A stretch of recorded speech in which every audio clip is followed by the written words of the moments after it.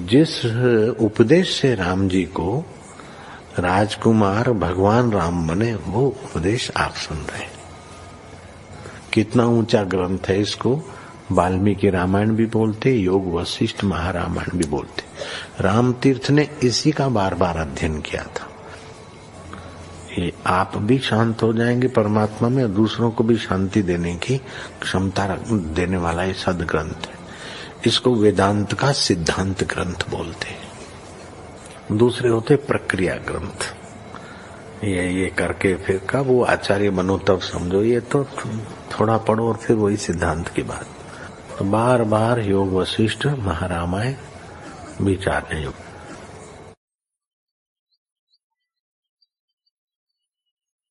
ओम श्री सद्गुरु परमात्मा ने नमः। श्री वशिष्ठ जी बोले, हे रामचंद्र जी, जिनका हृदय मुक्त स्वरूप है, उन महात्मा पुरुषों का यह स्वभाव हो जाता है कि सम्यक दृष्टि और देह अभिमान से वे नहीं रहते, पर लीला से जगत के कार्य में विचरते हैं, और वे जीवन मुक्त शांत स्वरूप है। जगत की गति आदि अंत मध्य में विरस और नाश रूप है। इससे वे शांत रूप है और सब प्रकार अपना कार्य करते हैं। सब वृत्तियों में स्थित होकर उन्होंने हृदय से ध्येय वासना त्यागी है, निरालम तत्व का आश्रय लिया है और सब में उद्वेग से रहित, सब अर्थ में संतुष्ट रूप है। विवेक रूपी वन में सदा विचरते हैं, बोध रूपी बगीचे में स्थित है, और सबसे अतीत पद का उन्होंने अवलंबन लिया है। उनका अंतःकरण पूर्णमासिका के चंद्रमावत शीतल भया है। संसार के पदार्थों से वे कदाचित उद्वेगवान नहीं होते, और उद्वेग और असंतुष्टत्व दोनों से रहित है। वे संसार में कदाचित दुखी नहीं होते। वे चाहे शत्रुओं के मध्य में होकर युद्ध करे अथवा दया व बड़े भयानक कर्म करते दृष्टि आवे, तो भी वे जीवन मुक्त ही है। संसार में वे न दुखी होते हैं और न किसी पदार्थ से आनंदवान होते हैं, न किसी से कष्टवान। न किसी पदार्थ की वे इच्छा करते हैं, न शोक करते हैं। मौन में स्थित यथा प्राप्त कार्य करते हैं और संसार में दुख से रहित सुखी होते हैं। जो कोई पूछता है तो वे यथाक्रम ज्यों का त्यों कहते हैं, और पूछे बिना मूक जड़वत वृक्षवत हो रहते हैं। इच्छा अनिच्छा से संसार से वे मुक्त है, दुखी नहीं होते, और सबके हित करके और कोमल उचित वाणी से ही बोलते हैं। हे रामचंद्र जी, वे यज्ञ आदि कर्म भी करते हैं, परंतु सांसारिक कार्यों में नहीं डूबते। हे राघव, जीवन मुक्त पुरुष युक्त अयुक्त नाना प्रकार की उग्र दशा संयुक्त जगत की वृत्ति को हाथ में बेल फलवत जानता है, परंतु परम पद में आरूढ़ होकर जगत की गति को देखता रहता है और अपना अंतःकरण शीतल और जीवों को तप्त देखता है। वह स्वरूप में कुछ द्वैत नहीं देखता है, परंतु व्यवहार की अपेक्षा से उसकी महिमा कही गई है।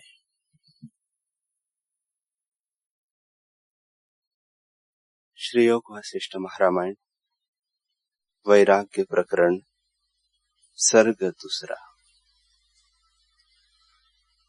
भारद्वाज ने पूछा, है भगवान, जीवन मुक्त की स्थिति कैसी है और राम जी कैसे जीवन मुक्त हुए हैं, वह आदि से अंत पर्यंत सब कहो। वाल्मीकि जी बोले कि हे पुत्र, यह जगत जो भासता है सो वास्तविक कुछ नहीं उत्पन्न हुआ, अविचार करके भासता है और विचार करने से निवृत्त हो जाता है। जैसे आकाश में नीलता भासती है सो भ्रम से वैसी ही है, यदि विचार करके देखिए तो नीलता की प्रतीति दूर हो जाती है। वैसे ही अविचार से जगत भासता है और विचार से लीन हो जाता है। हे शिष्य, जब तक सृष्टि का अत्यंत अभाव नहीं होता, तब तक परम पद की प्राप्ति नहीं होती। जब दृश्य का अत्यंत अभाव हो तब शुद्ध चिदाकाश आत्म सत्ता भासेगी। कोई इस दृश्य का महाप्रलय में अभाव कहते हैं, परंतु मैं तुमको तीनों कालों का अभाव कहता हूं। जब इस शास्त्र को श्रद्धा संयुक्त आदि से अंत तक सुनकर धारण करे, तब भ्रांति निवृत्त हो जावे और अव्याकृत पद की प्राप्ति हो। हे शिष्य, संसार ब्रह्मात्र सिद्ध है। इसको ब्रह्मात्र जानकर विस्मरण करना, यही मुक्ति है। जीव के बंधन का कारण वासना है और वासना से ही भटकता फिरता है। जब वासना का क्षय हो जाए तब परम पद की प्राप्ति हो। वासना का एक पुतला है, उसका नाम मन है। जैसे जल सर्दी की दृढ़ जड़ता पाकर बर्फ हो जाता है और फिर सूर्य के ताप से पिघल कर जल होता है, तो केवल शुद्ध जल ही रहता है।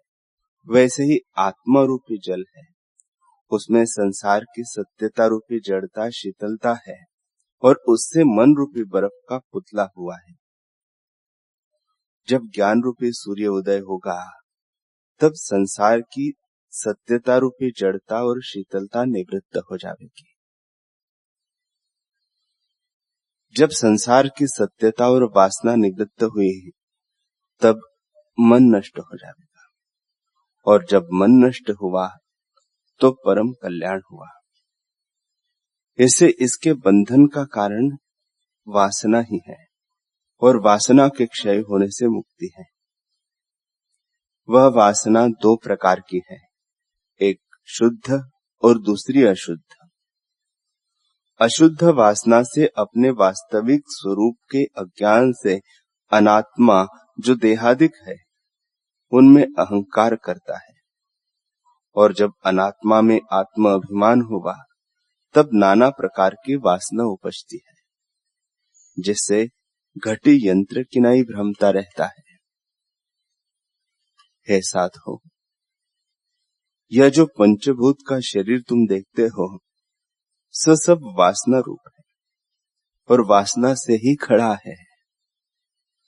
जैसे माला के दाने धागे के आश्रय से गुथे होते हैं और जब धागा टूट जाता है तब वे न्यारे न्यारे हो जाते हैं और नहीं ठहरते, वैसे ही वासना के क्षय होने पर पंचभूत का शरीर नहीं रहता। इससे सब अनर्थों का कारण वासना ही है। शुद्ध वासना में जगत का अत्यंत अभाव निश्चय होता है। हे शिष्य, अज्ञानी की वासना जन्म का कारण होती है और ज्ञानी की वासना जन्म का कारण नहीं होती। जैसे कच्चा बीज उगता है और जो दग्ध हुआ है सो फिर नहीं उगता, वैसे ही अज्ञानी की वासना रस सहित है, इससे जन्म का कारण है, और ज्ञानी की वासना रस रहित है, इससे जन्म का कारण नहीं। ज्ञानी की चेष्टा स्वाभाविक होती है। वह किसी गुण से मिलकर अपने में चेष्टा नहीं देखता। वह खाता पीता लेता देता बोलता चलता एवं और अन्य व्यवहार करता है, पर अंतःकरण में सदा अद्वैत निश्चय को धारता है। कदाचित द्वैत भाव उसको नहीं फुरता। वह अपने स्वभाव में स्थित है, इससे उसकी चेष्टा जन्म का कारण नहीं होती। जैसे कुम्हार के चक्र को जब तक घुमावे तब तक फिरता है, और जब घुमाना छोड़ दे तब स्थितिमान गति उतरते उतरते वह स्थिर रह जाता है। वैसे ही जब तक अहंकार सहित वासना होती है तब तक जन्म पाता है, और जब अहंकार से रहित हुआ तब फिर जन्म नहीं पाता। हे साधो, इस अज्ञान रूपी वासना के नाश करने को एक ब्रह्म विद्या ही श्रेष्ठ उपाय है, जो मोक्ष उपाय शास्त्र है। यदि इसको त्याग कर और शास्त्र रूपी गर्त में गिरेगा तो कल्प पर्यंत भी अकृत्रिम पद को न पावेगा। जो ब्रह्म विद्या का आश्रय करेगा वह सुख से आत्मपद को प्राप्त होगा। हे भारद्वाज, यह मोक्ष उपाय राम जी और वशिष्ठ जी का संवाद है। यह विचारने योग्य है और बोध का परम कारण है। इसे आदि से अंत पर्यंत सुनो और जैसे राम जी जीवन मुक्त होकर विचरे हैं, सो भी तुम सुनो। एक दिन राम जी अध्ययनशाला से विद्या पढ़ के अपने गृह में आए हैं और संपूर्ण दिन विचार सहित व्यतीत किया। फिर मन में तीर्थ ठाकुर द्वारे का संकल्प धरकर अपने पिता दशरथ जी के पास, जो अति प्रजापालक थे, आए और जैसे हंस सुंदर कमल को ग्रहण करे वैसे ही उन्होंने उनका चरण पकड़े। जैसे कमल के फूल के नीचे कोमल तरैया होती है और उन तरैयों सहित कमल को हंस पकड़ता है, वैसे ही दशरथ जी की उंगलियों को उन्होंने ग्रहण किया और फिर बोले, हे पिता, मेरा चित्त तीर्थ और ठाकुर द्वारों के दर्शन को चाहता है। आप आज्ञा कीजिए तो मैं दर्शन कराऊं। मैं तुम्हारा पुत्र हूं। आगे मैंने कभी नहीं कहा यह प्रार्थना अब की है। इससे यह वचन मेरा न फेरना, क्योंकि ऐसा त्रिलोकी में कोई नहीं है कि जिसका मनोरथ इस घर से सिद्ध न हुआ हो। इससे मुझको भी कृपा कर आज्ञा दीजिए। इतना कहकर वाल्मीकि जी बोले कि हे भारद्वाज, जिस समय इस प्रकार राम जी ने कहा तब वशिष्ठ जी पास में बैठे थे। उन्होंने भी दशरथ जी से कहा कि हे राजन, इसका चित्त उठा है, राम जी को आज्ञा दो, तीर्थ करावे और इनके साथ सेना, धन, मंत्री और ब्राह्मण भी दीजिए कि विधि पूर्वक दर्शन करे। तब महाराज दशरथ ने शुभ मुहूर्त दिखाकर राम जी को आज्ञा दी। जब वे चलने लगे तो पिता और माता के चरणों में पड़े और सबको कंठ लगाकर रुदन करने लगे। इस प्रकार सबसे मिलकर लक्ष्मण आदि भाई, मंत्री और वशिष्ठ आदि ब्राह्मण, जो विधि जानने वाले थे, बहुत सा धन और सेना साथ ली और दान पुण्य करते हुए ग्रह के बाहर निकले। उस समय वहां के लोगों और स्त्रियों ने राम जी के ऊपर फूलों और कलियों की माला की। जैसे बर्फ बरसती है वैसे ही वर्षा की और राम जी की मूर्ति हृदय में धर ली। इसी प्रकार राम जी वहां से ब्राह्मणों और निर्धनों को दान देते गंगा, यमुना, सरस्वती आदि तीर्थों में विधि पूर्वक स्नान कर पृथ्वी के चारों ओर पर्यटन करते रहे। उत्तर, दक्षिण, पूर्व, पश्चिम सब दिशाओं में दान किया और समुद्र के चारों ओर स्नान किया।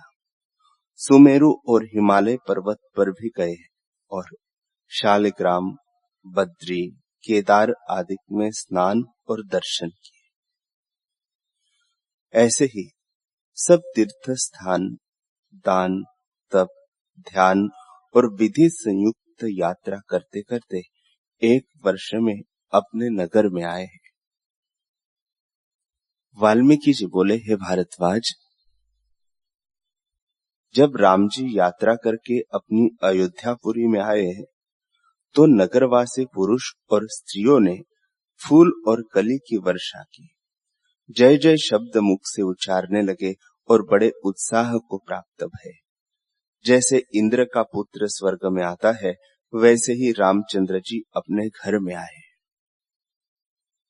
राम जी ने पहले राजा दशरथ और फिर वशिष्ठ जी को प्रणाम किया और सब सभा के लोगों से यथा योग्य मिलकर अंतःपुर में आकर कौशल्या आदि माताओं को प्रणाम किया और भाई बंधु आदि कुटुंब से मिले।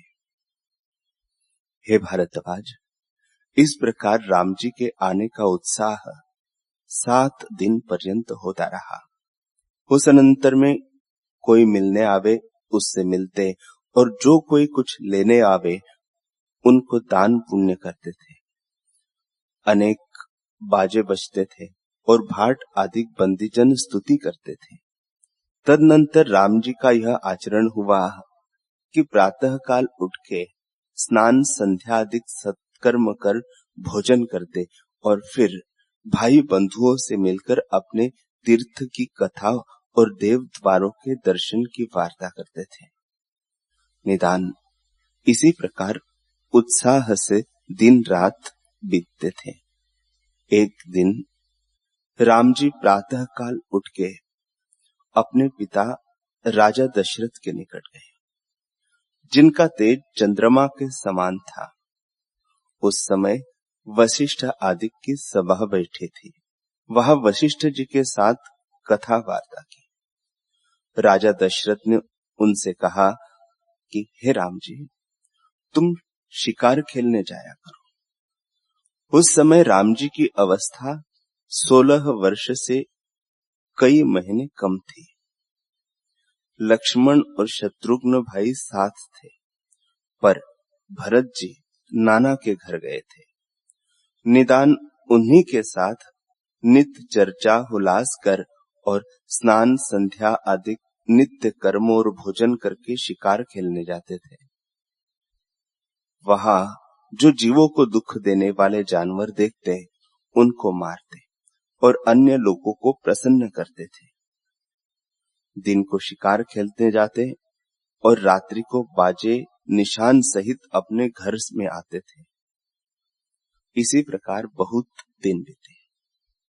एक दिन राम जी बाहर से अपने अंतःपुर में आकर शोक से स्थित भये। हे भारतवाज, राजकुमार अपनी सब चेष्टा और इंद्रियों के रस संयुक्त विषयों को त्याग बैठे और उनका शरीर दुर्बल होकर मुख की कांति घट गई।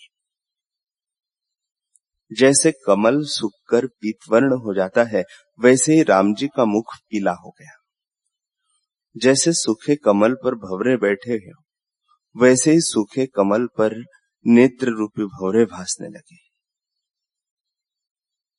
जैसे शरद काल में ताल निर्मल होता है, वैसे ही इच्छा रूपी मल से रहित उनका चित्त रूपी ताल निर्मल हो गया और दिन प्रतिदिन शरीर निर्बल होता गया। वह जहां बैठे वही चिंता संयुक्त बैठे रह जावे और हाथ पर चिबुक धर के बैठे। जब टहलुए मंत्री बहुत कहे कि हे प्रभु, यह स्नान संध्या का समय हुआ है, अब उठो, तब उठकर स्नान आदि करें। अर्थात जो कुछ खाने पीने बोलने चलने और पहनने की क्रिया थी, सो सब उन्हें विरस हो गई।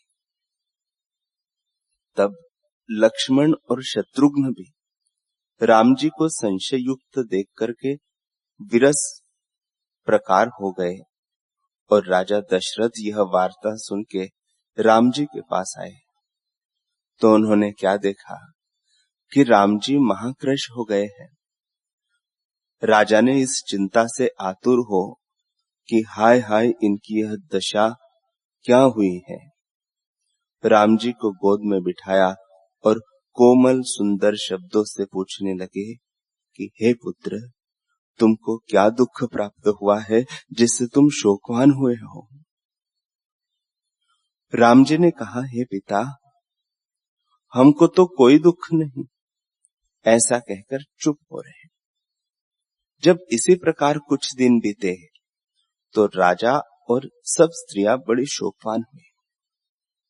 राजा राजमंत्रियों से मिलकर विचार करने लगे कि पुत्र का किसी ठोर विवाह करना चाहिए, और यह भी विचार किया कि क्या कारण है जो मेरे पुत्र शोकवान रहते हैं। तब उन्होंने वशिष्ठ जी से पूछा कि हे मुनीश्वर, मेरे पुत्र शोकातुर क्यों रहते हैं? वशिष्ठ जी ने कहा, हे राजन, जैसे पृथ्वी, जल, तेज, वायु और आकाश महाभूत अल्प कार्य में विकारवान नहीं होते, जब जगत उत्पन्न और प्रलय होता है तब विकारवान होते हैं, वैसे ही महापुरुष भी अल्प कार्य से विकारवान नहीं होते। हे राजन, तुम शोक मत करो। राम जी किसी अर्थ के निमित्त शोकवान हुए होंगे, पीछे इनको सुख मिलेगा। इतना कहकर वाल्मीकि जी बोले कि हे भारद्वाज, ऐसे ही वशिष्ठ जी और राजा दशरथ विचार करते थे कि उसी काल में विश्वामित्र ने अपने यज्ञ के अर्थ राजा दशरथ के गृह पर आकर द्वारपाल से कहा कि राजा दशरथ से कहो कि गाधी के पुत्र विश्वामित्र बाहर खड़े हैं। द्वारपाल ने आकर राजा से कहा कि हे स्वामिन, एक बड़े तपस्वी द्वार पर खड़े हैं और उन्होंने कहा है कि राजा दशरथ के पास जाके कहो कि विश्वामित्र आए हैं। हे भारद्वाज, जब इस प्रकार द्वारपाल ने आकर कहा, तब राजा, जो मंडलेश्वरों सहित बैठा था और बड़ा तेजवान था, सुवर्ण के सिंहासन से उठ खड़ा हुआ और पैदल चला। राजा के एक ओर वशिष्ठ जी और दूसरी ओर वामदेव जी और सुभट किनाई मंडलेश्वर स्तुति करते चले, और जहां से विश्वामित्र दृष्टि आए वहां से ही प्रणाम करने लगे। पृथ्वी पर जहां राजा का शीश लगता था, वहां पृथ्वी हीरे और मोती से सुंदर हो जाती थी। इसी प्रकार शीश नवाते राजा चले। विश्वामित्र जी कांधे पर बड़ी बड़ी जटा धारण किए और अग्नि के समान प्रकाशमान परम शांत स्वरूप हाथ में बांस की तंत्री लिए हुए थे। उनके चरण कमलों पर राजा इस भांति गिरा जैसे सूर्य पदा शिव जी के चरणाविंद में गिरे थे, और फिर कहा कि हे प्रभु, मेरे बड़े भाग्य है जो आपका दर्शन हुआ। आज मुझे ऐसा आनंद हुआ जो आदि अंत और मध्य से रहित अविनाशी है। हे भगवान, आज मेरे भाग्य उदय हुए और मैं भी धर्मात्माओं में गिना जाऊंगा, क्योंकि आप मेरे कुशल निमित्त आए हैं। हे भगवान, आपने बड़ी कृपा की जो दर्शन दिया। आप सबसे उत्कृष्ट दृष्टि आते हैं, क्योंकि आप में दो गुण हैं। एक तो यह कि आप क्षत्रिय है, पर ब्राह्मण का स्वभाव आप में है, और दूसरे यह कि शुभ गुणों से परिपूर्ण है। हे मुनीश्वर, ऐसे किसी के सामर्थ्य नहीं कि क्षत्रिय से ब्राह्मण हो। आपके दर्शन से मुझे अति लाभ हुआ। फिर वशिष्ठ जी विश्वामित्र जी को कंठ लगा के मिले और महामंडलेश्वरों ने बहुत प्रणाम किए। तदनंतर राजा दशरथ विश्वामित्र जी को भीतर ले गए और सुंदर सिंहासन पर बिठाकर विधि पूर्वक पूजा की और अर्घ्य पादार्चन करके प्रदक्षिणा की।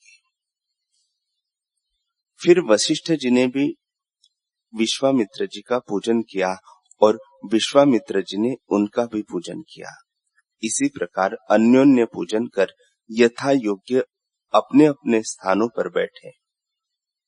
तब राजा दशरथ बोले, हे भगवान, हमारे बड़े भाग्य हुए जो आपका दर्शन हुआ। जैसे किसी को अमृत प्राप्त हो व किसी का मरा हुआ बांधव विमान पर चढ़ के आकाश से आवे और उसके मिलने से आनंद हो, वैसा आनंद मुझे हुआ है। हे मुनीश्वर, जिस अर्थ के लिए आप आए हैं वह कृपा करके कहिए और अपना वह अर्थ पूर्ण हुआ जानिए। ऐसा कोई पदार्थ नहीं है जो मुझको देना कठिन है। मेरे यहाँ सब कुछ विद्यमान है।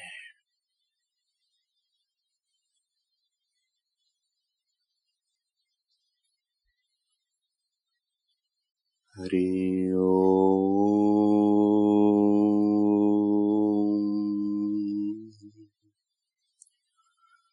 हरि ओम।